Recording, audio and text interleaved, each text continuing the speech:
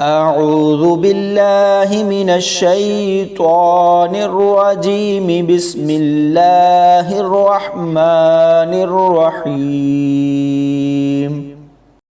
ناظرین، اس ویڈیو میں ہم رمضان المبارک میں سحری اور افطاری کے وقت پڑھی جانے والی مسنون دعاؤں کو صحیح تلفظ اور تجوید کے ساتھ پڑھنا سیکھیں گے۔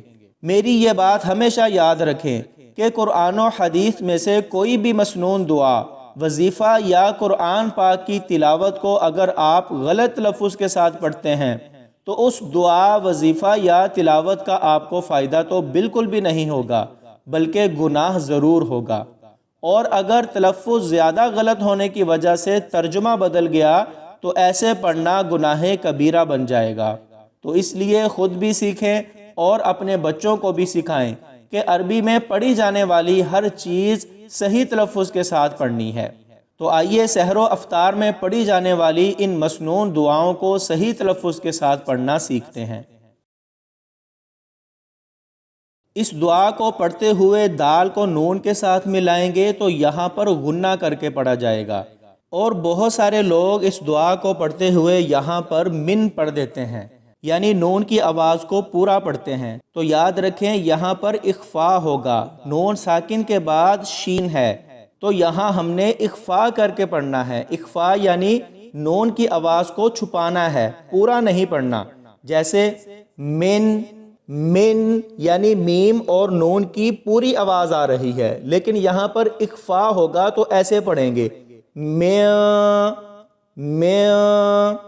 اس کے بعد یہاں پر اس را کو باریک پڑھیں گے اور اس را کو موٹا پڑھا جائے گا۔ تو ان باتوں کا خیال رکھتے ہوئے آپ نے اس دعا کو پڑھنا ہے۔ وَبِصَوْمِ غَدٍ نَوَيْتُ مِن شَهْرِ رَمَضَانَ وَبِصَوْمِ غَدٍ نَوَيْتُ مِن شَهْرِ رَمَضَانَ۔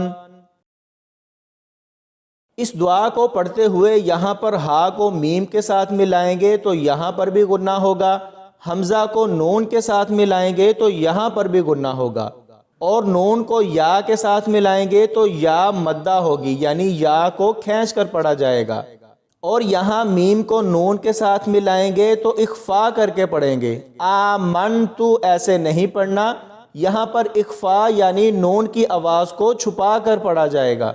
اور یہاں دیکھیں ملتی جلتی آواز والے حروف اکٹھے آئے ہیں، یعنی قاف اور کاف، اسی طرح طا اور تا، تو ہم نے ان میں فرق کر کے پڑھنا ہے۔ اس قاف کو موٹا پڑھیں گے اور اس کو باریک پڑھیں گے، اسی طرح طا کو پر یعنی موٹا اور تا کو باریک پڑھا جائے گا، اور آخر میں یہاں اس را کو باریک پڑھیں گے اور اس را کو موٹا پڑھیں گے۔